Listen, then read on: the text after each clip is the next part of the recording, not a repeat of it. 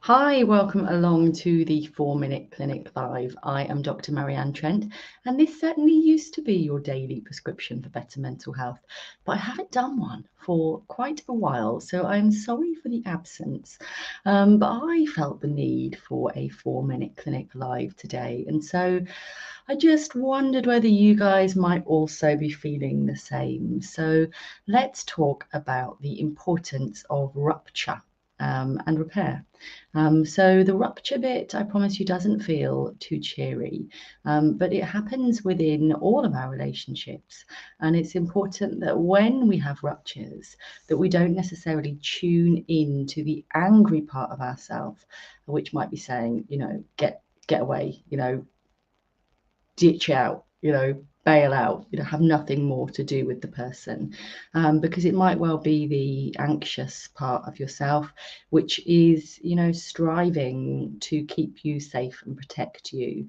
The sad part might also be like, oh, I can't believe this is happening. This is dreadful. This makes me feel awful. But what we need to do is we need to really try and tune into the compassionate part of ourselves. So in our house, with our children being 8 and 5, I think we are definitely ready for half term, which is fast on the horizon.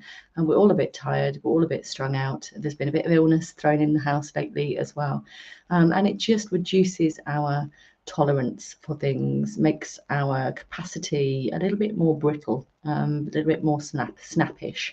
And this morning, the children were arguing over, well, it seems like everything, and they wanted to play football. And we kept having to, I kept having to say, well, the kitchen isn't really the place for playing football. And so they were upset. I was annoyed, irritable, having to do, the school run, get dressed, get your teeth brushed.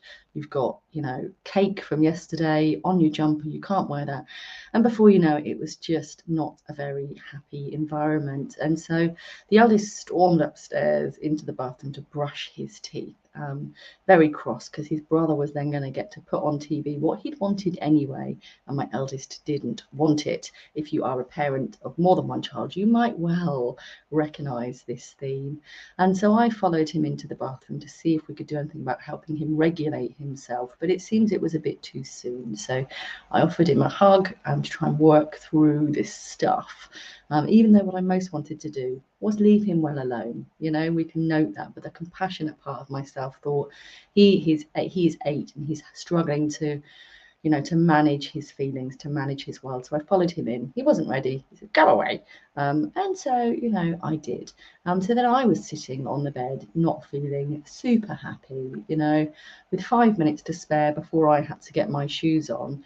I just sort of sat there really. And then a couple of minutes later, my eldest came upstairs again and said, I think I'm ready for that hug now. So we just lay on the bed and just had some still time, being connected. And then a couple of minutes after that, the youngest came up and joined in as well. And it's really important that we're able to do that rupture repair, the repair of the rupture, because it helps us all. It doesn't just help the child, doesn't just help the other person if this is an adult that you are soothing ruptures with.